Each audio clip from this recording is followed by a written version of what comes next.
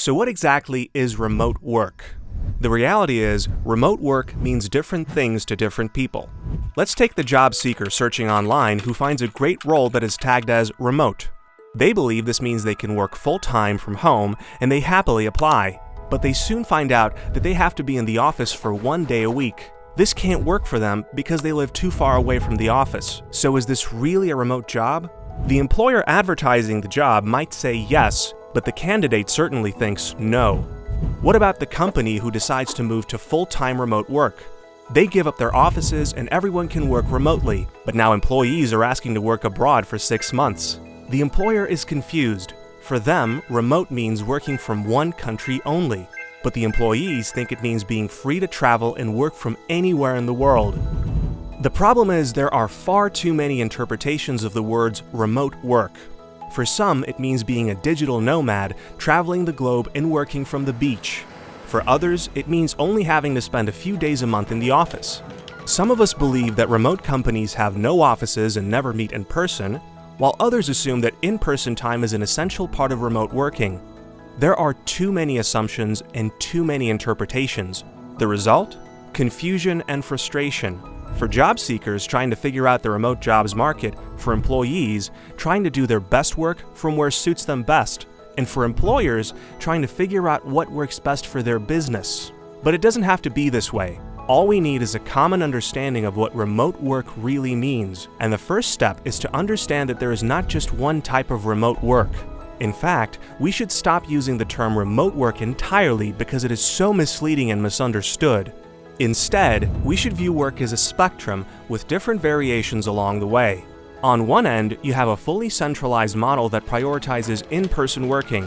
Employees work together in one location, usually an office, a factory, or other physical place. On the other end of the spectrum, you have a fully distributed model that does not prioritize in-person working, and employees can work from anywhere. And at different points along this spectrum, we have many different types of working models.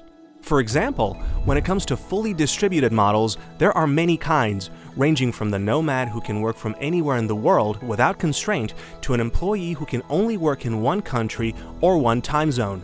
Some fully distributed companies have no offices, while others do, but the employee can choose whether to work from there or not.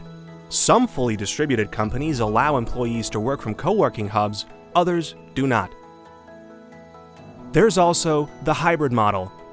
Just like the word remote, hybrid is another widely misused and misunderstood term. For some, it could mean 1 day a week in the office. For others, it could mean 4 days a week in the office. Just like the fully distributed model has many variations, so too does the hybrid model.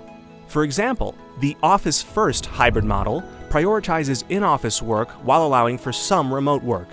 It can, for example, mean that an employee can work remotely 1 or 2 days a week, but the office is the default location for most of the work. On the flip side, the remote-first hybrid model says that remote work is the default, but the office is available for collaborative work or quarterly team meetings, or just if the employee prefers to work from there from time to time. It's also important to consider that aside from company culture, the type of role plays a significant part when it comes to flexibility. In most cases, freelancers or contractors might have more flexibility compared to employees. So now we can see that there is no one-size-fits-all when it comes to remote work. There are many variations, and each way of working comes with its own benefits and its own challenges. Grow Remote exists to solve the challenges of remote work. We know that fully distributed work is the most impactful way to drive positive social and economic impact for people, for profit, and for our planet. But first, we have to remove the confusion and give everyone a shared understanding of what remote really means. Because if we don't know what it really means, how can we expect to get it right?